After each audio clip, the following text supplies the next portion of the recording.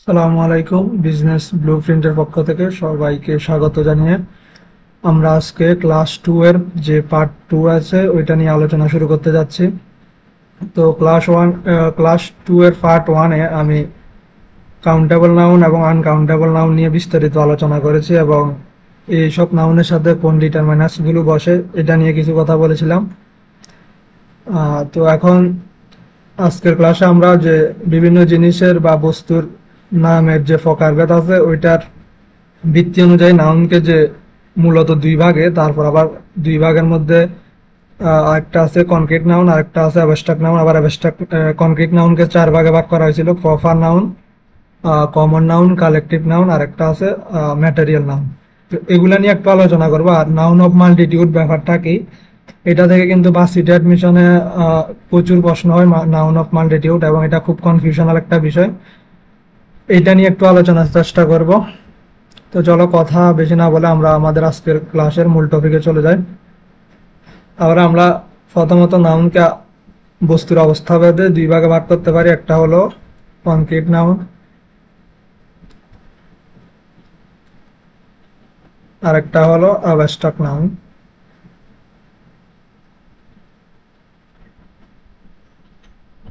তো এখানে কনক্রিট নাউনকে আবার চার ভাগে ভাগ করা হয়েছে। এগুলা মূলত মানে কয়েকটা টপিক থেকে প্রশ্ন আসে, কিছু থেকে আসে না। তো আমি বলে দেবো কোনটা থেকে আসে।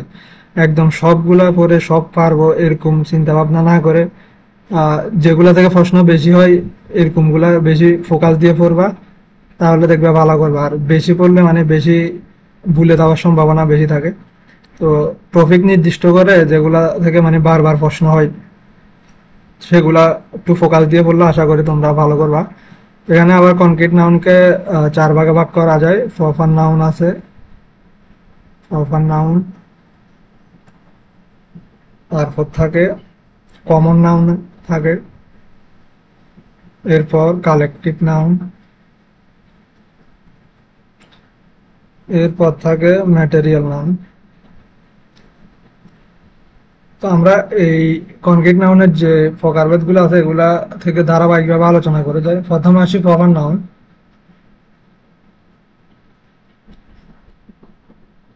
প্রপার নাউন হলো মূলত কোনো ব্যক্তি, বস্তু, স্থান ইত্যাদির নির্দিষ্ট নাম বোঝানো, একদম নির্দিষ্ট নাম। মনে করো আমার নাম তামিম, তাহলে এই তামিম নামটা কিন্তু প্রপার নাউন। মনে করো আমার এক ফ্রেন্ড আছে ফয়সাল, ফয়সাল নামটা কিন্তু প্রপার নাউন। তো এগুলা এরকম প্রপার নাউন, মানে যেসব ওয়ার্ড দ্বারা কোনো ব্যক্তি বস্তুর একদম নির্দিষ্ট নাম বোঝায়। মনে করো চট্টগ্রাম, এটা একটা বিভাগের নাম, এটা proper noun. Bangladesh proper noun. আমি বলতে চাচ্ছি, তাহলে তোমরা বুঝছো আশা করি। একদম নির্দিষ্ট করে যখন নাম বুঝাবে তখন সেগুলো হলো প্রপার নাউন। আর প্রপার নাউন যখন সেন্টেন্সে ব্যবহার করা হয়, সাধারণত যখন ব্যবহার করা হয় তখন ওই প্রপার নাউনের যে প্রথম অক্ষরটা আছে ওইটা ক্যাপিটাল লেটার হয়। তোমরা খেয়াল করো, এখানে এটা ক্যাপিটাল লেটারে হয়। আর প্রপার নাউনের পূর্বে, এটা একটু নোট করে রাখো, প্রপার নাউনের পূর্বে সাধারণত আর্টিকেল বসে না। তোমরা কি কখনো দেখছো যে কারো নামের পূর্বে এরকম আছে, এ তামিম, এ ফয়সাল, এরকম সাধারণত থাকে না। তবে কিছু ক্ষেত্রে থাকে। মনে করো আহ, যেসব জিনিস পৃথিবীতে শুধু একটা, ওইসব জিনিসের পূর্বে আর্টিকেল দা বসে। যেমন কি আমরা বলি যে দা মুন বলি, আমরা শুধু মুন ব্যবহার করি না, দা মুন বলি, দা আর্থ বলি, দা সান। এগুলা কিন্তু প্রপার নাউন, এই সান, আর্থ, মুন এগুলা। তো এগুলা পৃথিবীতে শুধু একটা, মানে দুনিয়াতেই একটা, পুরা মহাবিশ্বে মুন একটা, হাত একটা, সান একটা। এই কারণে এগুলার পূর্বে দা বসে। এই টপিকটা থেকে আমি এখন যে কথাটা বললাম এটা থেকে ঢাকা বিশ্ববিদ্যালয়ে 22-23 সেশন একটা ইংলিশে প্রশ্ন আসছিল। এরকম প্রশ্নটা এরকম ছিল: what is what is dash SOURC source of নীল। এই নীল দ্বারা মূলত যে নীল নীল নদ আছে ওইটাকে বোঝানো হচ্ছে। নীল, মিশরের নীল নদ মনে হয়, এইটাকে বোঝানো হয়েছিল। এখানে একটা গ্যাপ আছিল, এই জায়গায় একটা গ্যাপ আছিল। তাহলে এই নীলের আগে একটা গ্যাপ আছিল আর সোর্সের আগে একটা গ্যাপ আছিল। তো অপশন এরকম ছিল: option A dot dot A, option B the dot dot the, C তে ছিল দা ডট ডট এ, আর ডি তে ছিল এ ডট ডট দা, মনে করো এরকম ছিল অপশন। তো এখানে খেয়াল করো, এখানে আমি যে কথাটা বললাম যে পৃথিবীতে যে জিনিসটা একটা ওইটার আগে আর্টিকেল সাধারণত দা বসে, তো প্রশ্নটা কিন্তু এখান থেকে হয়েছে। নীল নদটা কিন্তু পৃথিবীতে খালি একটা, এই কারণে নীলের আগে দা বসবে। আর আরেকটা স্ট্রাকচার হলো ফ্রেজ গঠনের একটা স্ট্রাকচার হলো এরকম, the plus noun plus of, এটা হলো ফ্রেজ গঠনের একটা সাধারণ স্ট্রাকচার। এই স্ট্রাকচারটা কিন্তু এখানে অ্যাপ্লাই হইতেছে, তোমরা খেয়াল করো। এখানে সোর্স নাউন আর অফটা হলো প্রিপোজিশন, যে ফ্রেজের লাস্টে যে অফটা আছে এটা, তাহলে এর আগে কি বসবে? দা বসবে, এই কারণে এটার উত্তর হবে বি। এগুলো একটু খেয়াল করে পড়বা, আশা করি তোমাদের এসব বিষয়ে সমস্যা হবে না। আর এই টপিকটা খুব একটা ইম্পর্টেন্ট না, মানে প্রপার নাউন নিয়ে একদম আদ্য প্রান্ত পড়ার কোনো দরকার নাই। কিছু বেসিক যেগুলো কথা বললাম এগুলা নোট করে রাখবা, আর এগুলা একটু রিভিশন দিলে হয়ে যাবে আশা করি। এরপর আসি কমন নাউন। কমন নাউনও খুব একটা ইম্পর্টেন্ট না। Common noun,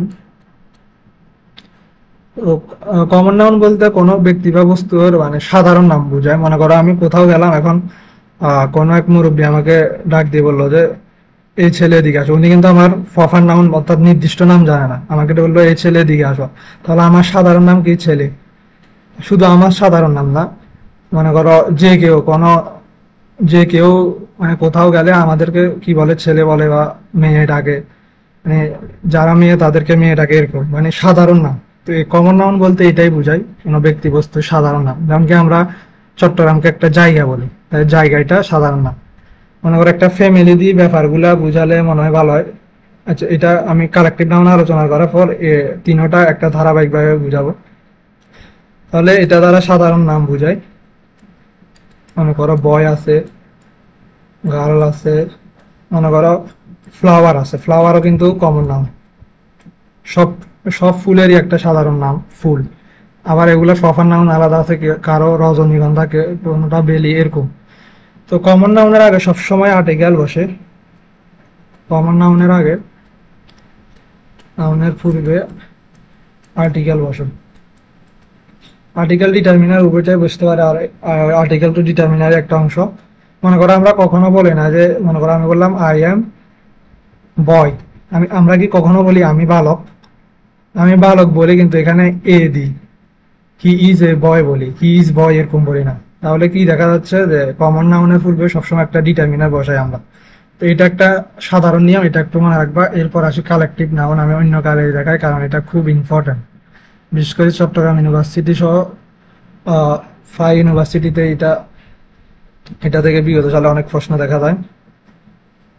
collective noun, collective নাউনের মূল যে কথাটা সেটা হলো যে এটা দ্বারা মূলত সমষ্টি বুঝাবো।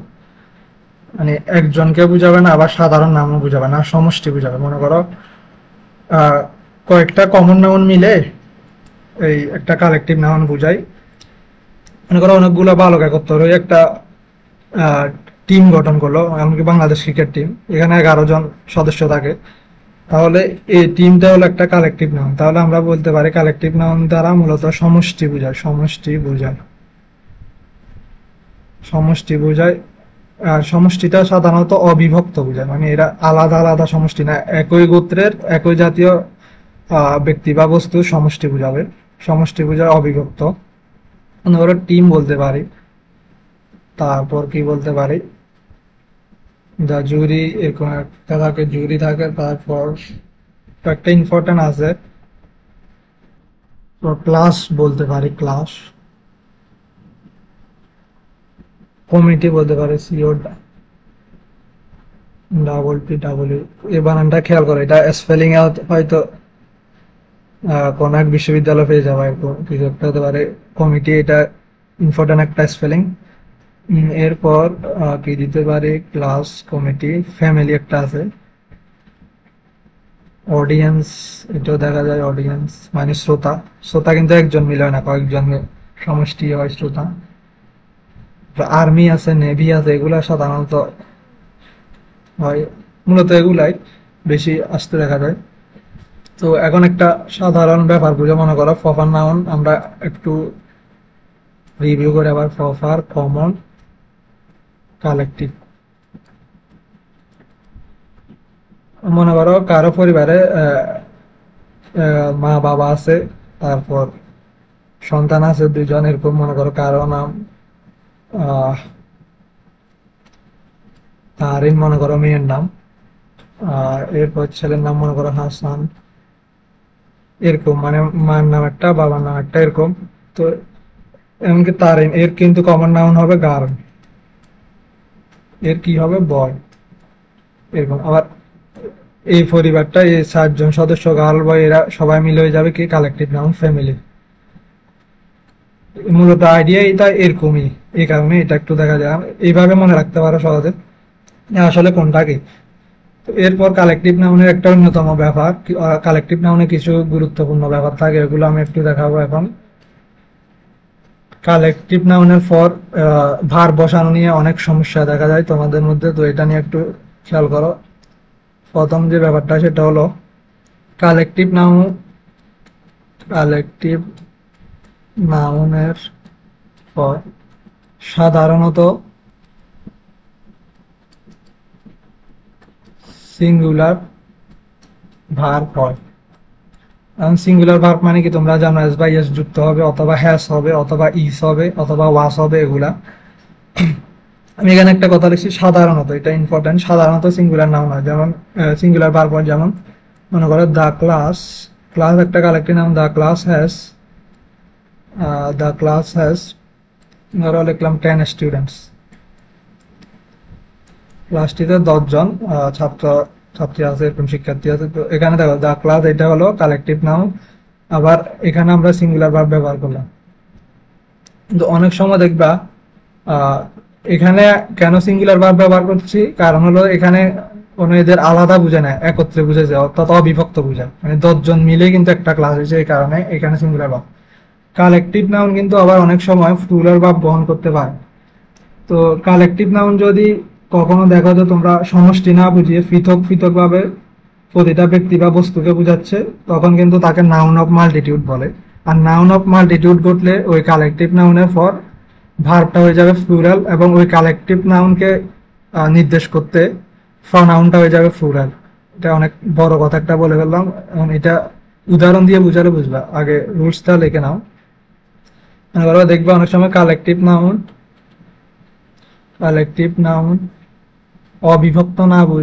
অবিভক্ত না বুঝিয়ে আলাদা আলাদা বুঝালে, সরি,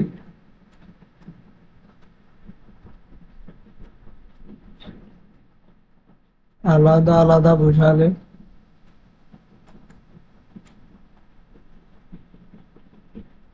তখন নাউন অফ মাল্টিটিউড ঘটে, নাউন অফ মাল্টিটিউড ঘটে। আর যখন নাউন অফ মাল্টিটিউড ঘটে তখন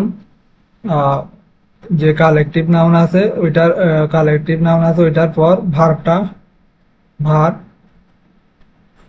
প্লুরাল হবে। আবার ওই কালেকটিভ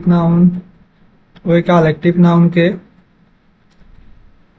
নির্দেশ করতে, পরবর্তীতে কোনোভাবে বা কোনো লাইনে যদি ওই কালেকটিভ নাউনকে নির্দেশ করো, তখন ওই নির্দেশ করতে প্রনাউন যেটা ব্যবহার করবো আমরা, প্রনাউনটা প্লুরাল ব্যবহার করবো, প্রনাউনটা প্লুরাল ব্যবহার করবো। এটা দিয়ে আমি কিছু উদাহরণ দিব, তাহলে তোমরা খুব সহজে বুঝতে পারবা আসলে ব্যাপারটা কি হয়। সরি,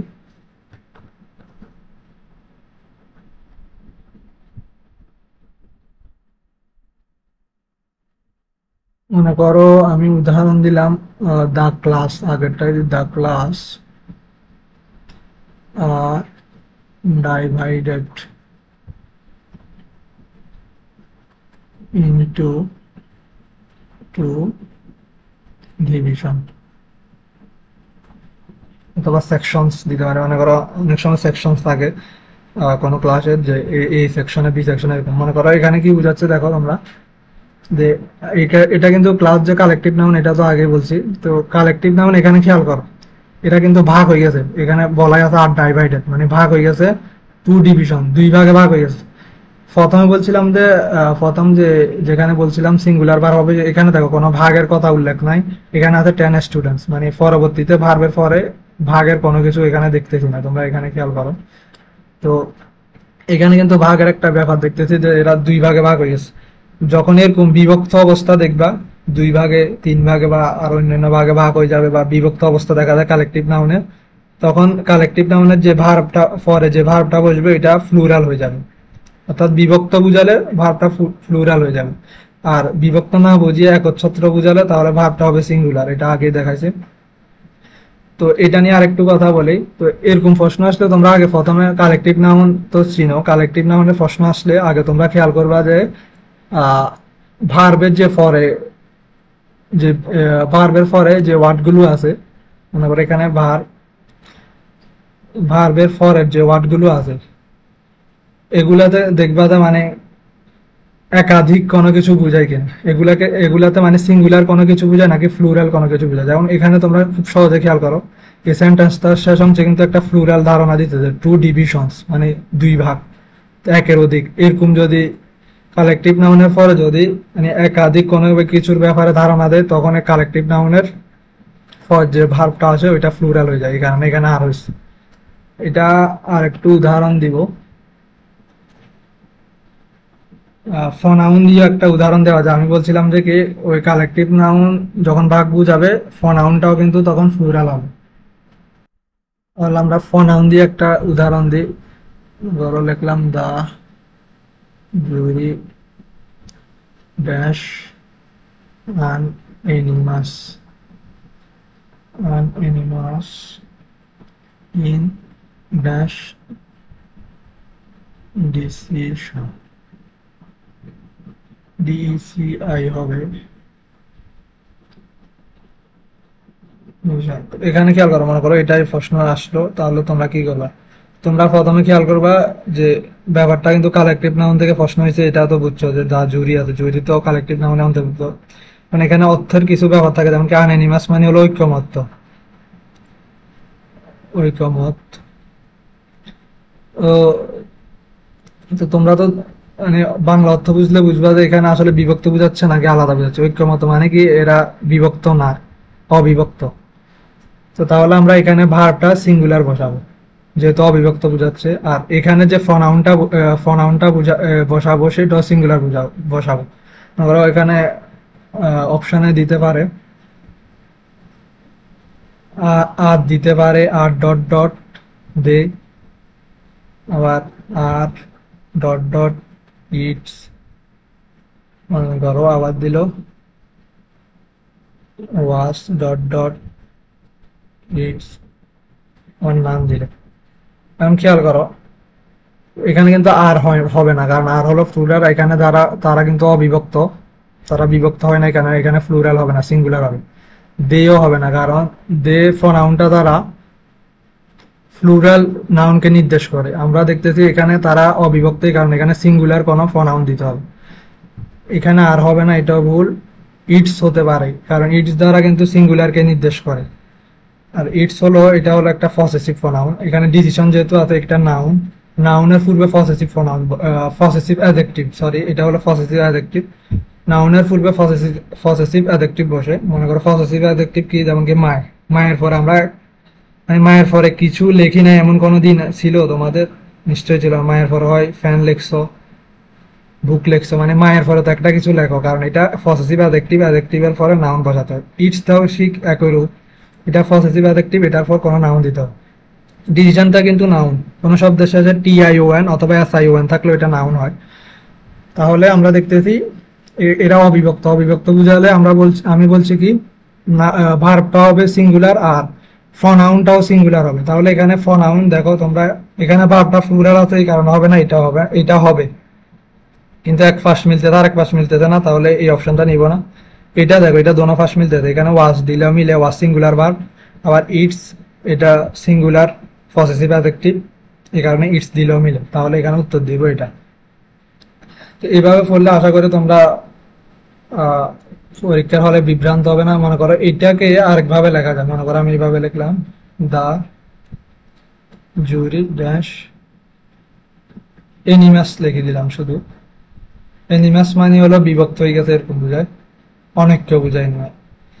ইন ড্যাশ ডিসিশন, তাহলে কিন্তু এখানে এটা হবে উত্তর, আর আর দে হবে। দা জুরি আর অ্যানিমাস ইন দেয়ার ডিসিশন হবে, এখানে দে হবে না, এখানে দেয়ার হবে, দিয়েছি আই আর, দেয়ার হবে ইন দেয়ার ডিসিশন। কারণ এই ওয়ার্ডটা দ্বারা বোঝাচ্ছে তারা কি হয়েছে, বিভক্ত হয়ে গেছে, অনৈক্য বুঝায় এই ওয়ার্ডটা দ্বারা। অনৈক্য মানে কি কি তারা বিভক্ত হয়ে গেছে, তাহলে আমি বলছি বিভক্ত বুঝালে ভাবটাও প্লুরাল হবে, আর যে প্রনাউনটা নির্দেশ করবে ওই প্রনাউনটাও প্লুরাল হবে। তো তাহলে আমি আশা করি তোমরা এটা সহজে ধরতে পারতেছো। এরপর একটু শীটে চলে যাব। শীটে আমি এটা নিয়ে কিছু সামান্য নোট করছিলাম। হ্যাঁ, এখানে খেয়াল করো তোমরা, এই দেখো প্রপার নাউন, এটা নিয়ে তো কথা বলছি। এখানে যেটা ইম্পর্টেন্ট আমি এটা নিয়ে কথা বলি, এটা হলো কালেকটিভ নাউন। এখানে কালেকটিভ নাউন সম্পর্কে বিস্তারিত বলা আছে। একই জাতীয় ব্যক্তি বা বস্তুর অবিভক্ত সমষ্টিকে বোঝায়, যেমন team, group, audience, committee, army, family, class, nation, navy etcetera. Rule ওয়ানে কি আছে, কালেকটিভ নাউন যদি কোনো সেন্টেন্সের সাবজেক্ট হিসাবে ব্যবহৃত হয় তাহলে ওই সাবজেক্টের পর সাধারণত সিঙ্গুলার ভার্ব হয়। এখানে সাধারণত ব্যাপারটা লেখা খুব জরুরি, সাধারণত সিঙ্গুলার ভার্ব হয়, অর্থাৎ এস বাই এর যুক্ত হয়। এই flock of birds is flying, এই ফ্লক অফ বার্ডস মানে এক ঝাঁক ফাঁকি, তো এক ঝাঁক ফাঁকি কিন্তু ফাঁকির সমষ্টি বোঝায়। এই সমষ্টি বুঝালে সেটা কালেকটিভ নাউন, আর কালেকটিভ নাউনের শেষে সাধারণত সিঙ্গুলার ভার্ব হয়। এরপর আছে কি, কালেকটিভ নাউন যদি কখনো সমষ্টি না বুঝিয়ে পৃথক পৃথক ভাবে প্রতিটি ব্যক্তি বা বস্তুকে বোঝায় তখন তাকে নাউন অফ মাল্টিটিউড বলে। এটা আমি আগে বলছি, এটা ইম্পর্টেন্ট, এই রুলসটা থেকে প্রশ্ন বেশি আসে। নাউন অফ মাল্টিটিউড ঘটে এরূপ নাউনের ক্ষেত্রে প্লুরাল ভার্ব ব্যবহৃত হয়, যেমন the class are divided into two divisions, যে উদাহরণটা আমি আগে দিছি, ক্লাসটা দুই ভাগে ভাগ হয়ে গেছে। তো এই ক্ষেত্রে কিছু নিয়ম লক্ষণীয়, এই ধরনের প্রশ্নে আমরা খেয়াল রাখবো অবজেক্টের নাউন বা প্রনাউনটা সিঙ্গুলার নাকি প্লুরাল। যেমন কি অবজেক্টের নাউন বা প্রনাউন, কেন অবজেক্ট মূলত বুঝাইছি যে মানে ভার্বের পরের অংশটা, যদি এখানে অবজেক্ট এইভাবে লেখা ঠিক হয় নাই, অর্থাৎ এই ভার্বের পরের অংশটা কি নাউন, পরের অংশটা কি সিঙ্গুলার বুঝায় নাকি প্লুরাল বুঝায় এটা বুঝাচ্ছি। তো যদি সিঙ্গুলার হয় তবে সাবজেক্ট প্লাস সিঙ্গুলার ভার্ব, অর্থাৎ যদি এখানে সিঙ্গুলার বুঝায় এই টু ডিভিশন, এখানে যদি এ ডিভিশন বুঝাতো তাহলে ভার্বটা সিঙ্গুলার হতো। আর যেহেতু টু ডিভিশনস প্লুরাল বুঝাইছে এই কারণে দা ক্লাসের পর ভার্বটা প্লুরাল হয়েছে, এটাই বুঝাচ্ছে এখানে। হয় এরপর আরেকটা উদাহরণ দিচ্ছে, দা ক্লাস অ্যারেঞ্জেস এখানে ডিবেট, ক্লাসটি একটি ডিবেটের আয়োজন করেছে। খেয়াল করো তোমরা, এই ডিবেট দ্বারা সিঙ্গুলার বোঝাচ্ছে এই কারণে ক্লাসের পর সিঙ্গুলার ভার্ব। আবার আগে প্রথমে যে উদাহরণটা, এখানে টু ডিভিশন দ্বারা প্লুরাল বোঝাচ্ছে এই কারণে ক্লাসের পর প্লুরাল ভার্ব। এগুলো একটু লক্ষ্য করবা।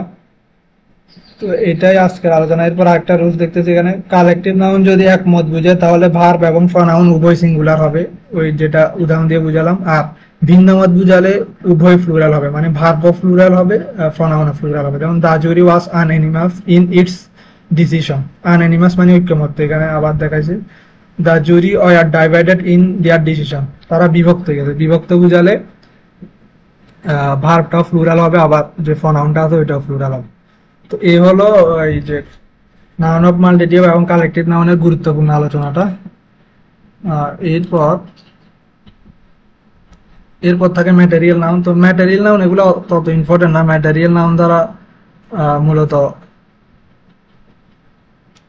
বস্তুকে নির্দেশ করে, তো এটা ততটা ইম্পর্টেন্ট না। এরপর একটা আছে অ্যাবস্ট্রাক্ট নাউন। অ্যাবস্ট্রাক্ট নাউন দ্বারা মূলত যা কিছু গন্ধ নেওয়া যায় না বা শোনা যায় না এরকম বুঝায়, অবস্তুগত একটা ধারণা দেয়, অর্থাৎ যার কোনো অস্তিত্ব নেই এমন একটা ধারণা দেয়। মনে করো আমি লিখলাম অনেস্টি, আচ্ছা অ্যাবস্ট্রাক্ট নাউন আগে লিখি,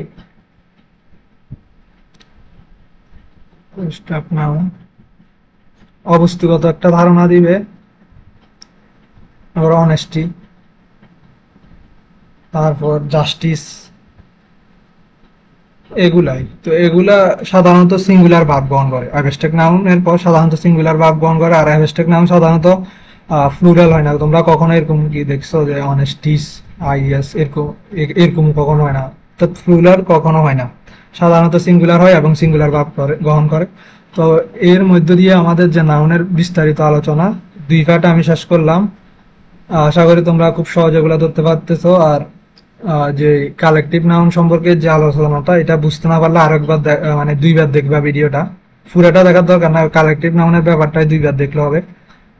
এই হলো আলোচনা। আর এখন সবচেয়ে যে বড় সমস্যা অ্যাডমিশন ক্যান্ডিডেটদের, সেটা হলো কোনো কিছুই মানে মনে থাকে না, খুব হতাশ। আজকে বললে আজকে যেটা পড়ি কালকে সেটা ভুলে যায়, এটা নিয়ে বারবার মানে হতাশা কাজ করে।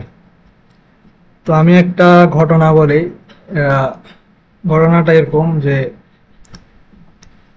এটা আসলে আমার একটা মানে অনেক দিনের ইচ্ছা ছিল, সেটা হলো রিজাল্ট শাস্ত্র একটা ব্যাপার আছে, রিজাল্ট শাস্ত্র। আমার ইচ্ছা ছিল যে মানে আমি রিজাল্ট শাস্ত্র নিয়ে অনেক পড়াশোনা করব, যদিও এটা এখনো পূরণ হয় না। রিজাল্ট শাস্ত্রের একজন অন্যতম ইমাম ছিল, তিনি হলো আহমদ ইবনে হাম্বল। সরি, তিনি হলো আহমদ ইবনে হাম্বল একজন আছে, আবার ইমাম শাফিও একজন ছিল। তো ইমাম শাফি যখন ছোট ছিল তখন মানে তিনি যখন হাদিস শাস্ত্র নিয়ে গবেষণা করতেছেন, ফিক নিয়ে গবেষণা করতেছেন, তখন কিন্তু বারবার ভুলে যাইতেছেন, যে মানে উস্তাদের কাছে যাই পড়তেছেন আবার আয়সা ভুলে যাইতেছেন। তো তার উস্তাদ ছিল মনে হয় ওয়াকি রাহিমাউল্লাহ, ওয়াকি এরকম একজন উস্তাদ ছিল। তো উনি তার কাছে গিয়ে বলতেছে যে মানে বারবার ভুলে যাইতেছি, এখন কি করব। তো ইমাম ওয়াকি রাহিমাউল্লাহ একটাই বলছিলেন, যে একটা কথাই বলছিলেন যে মানে গুনাহ থেকে বেঁচে থাকো। তো আমি তোমাদের এটাই মানে একটু ইঙ্গিত দিতেছি, তোমরা একটু গুনাহ থেকে বেঁচে থাকো। এখন তো মানে গুনাহ চারিদিকে ছড়াছড়ি, নিজেকে যতটুকু পারো গুনাহ থেকে বেঁচে থাকো। আর যারা মুসলিম আছো তারা অন্তত 5 ওয়াক্ত সালাত পড়ো। এটা পড়লে তোমার দুনিয়াবিও একটা লাভ, আখিরাতেও লাভ। দুনিয়াবি লাভটা হলো মানে তুমি একটা রুটিনের মধ্যে থাকবে, নিজেকে যে সেলফ কন্ট্রোল একটা ব্যাপার থাকে ওইটার মধ্যে থাকবা, তাহলে দেখবা মানে সময়ের মধ্যে একটা ফ্লো আছে, তোমার কাজের মধ্যে একটা ফ্লো আসবে। এটা আমার ব্যক্তিগত একটা মানে তোমাদের সাথে শেয়ার করলাম, ব্যক্তিগত একটা কথা। তো আশা করি তোমরা ধারাবাহিকভাবে তোমাদের যে ক্লাসগুলো দিতেছে এগুলা করে যাবে এবং নিজেদেরকে গুছিয়ে নিবা। তোমাদের সকলের জন্য শুভকামনা রইলো। আজকের ক্লাস আমরা এখানে শেষ করতেছি। আল্লাহ হাফেজ, আসসালামু আলাইকুম।